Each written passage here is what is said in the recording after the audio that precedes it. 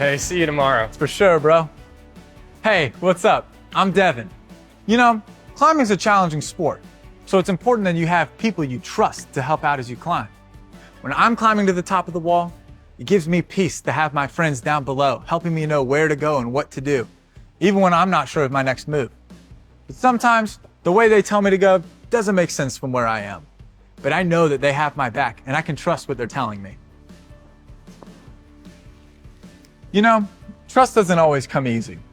Sometimes it's hard to know who I can trust when I have no idea what to do. Do you ever feel like it's hard to know who you can trust? The best place to look for answers like this is in the Bible. The Bible is God's true message to us about himself. In the book of Exodus, God had freed his people, the Israelites, from the land of Egypt where they were slaves. As they were leaving, the Pharaoh, the leader of Egypt, changed his mind and sent all his men, horses, and chariots to capture the people. Can you imagine what the Israelites were thinking with an entire army coming after them? Let's see what happened. Moses and the Red Sea. God led his people, the Israelites, out of Egypt to the shore of the Red Sea. When the people looked back, they saw Pharaoh and the Egyptians chasing after them. They were terrified and called out to God for help. They went to Moses and said, "Why did you bring us out of Egypt? It would have been better to stay in Egypt than to die in the desert." But Moses answered the people, "Do not be afraid. You will see how the Lord will save you today. The Lord will fight for you. Just be quiet and still." Did you hear what Moses said? Do not be afraid. I don't know about you, but I would have been terrified, stuck between a giant army and a giant sea with what looked like no way to escape. It was probably hard to trust God in that moment, but let's see how God showed his people that they could trust in him no matter how impossible it seemed. Then the Lord said to Moses, "Tell the people to keep going. Hold out your staff and stretch your hand over the Red Sea, dividing the water so the people can go through on dry ground. I will make the Egyptians follow you.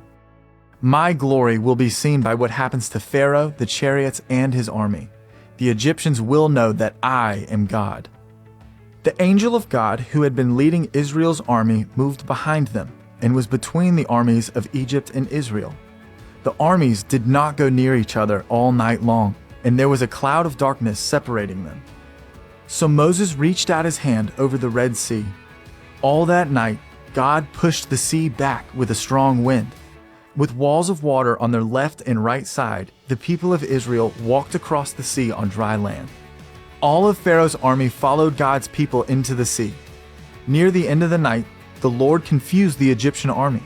He caused the wheels of the chariots to get stuck and made them hard to drive. The Egyptians said, "Let's get away from the Israelites. The Lord is fighting against us." Again, the Lord spoke to Moses, "Reach out your hand over the sea. The waters will come back over the Egyptians."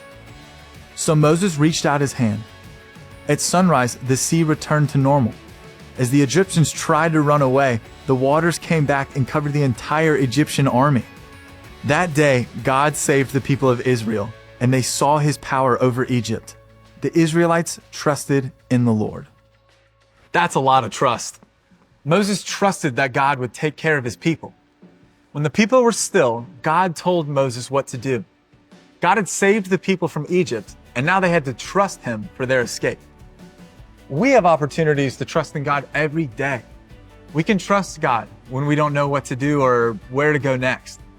When we are following God, we can trust that he will lead us and show us his amazing power. We can be secure in God's plan, even when we have no idea how he will work it out. It can be kind of scary trusting God when life is crazy, and looking behind can be just as scary as looking ahead. But when we are still and listen to where he's guiding us, we can always trust in God because he is trustworthy. We can trust God because he has already kept his promise to us. You see, just like the Israelites, we needed to be saved too, not from a charging army, but from our sin. Sin is when we choose to do what we think is best instead of following what God says is best. Our sin separates us from God, but God sent Jesus to take the punishment we deserve for our sin. Because Jesus took our punishment, we can be saved when we choose to follow God and ask him to forgive us. No matter what happens in your life, God is always trustworthy, even when you doubt.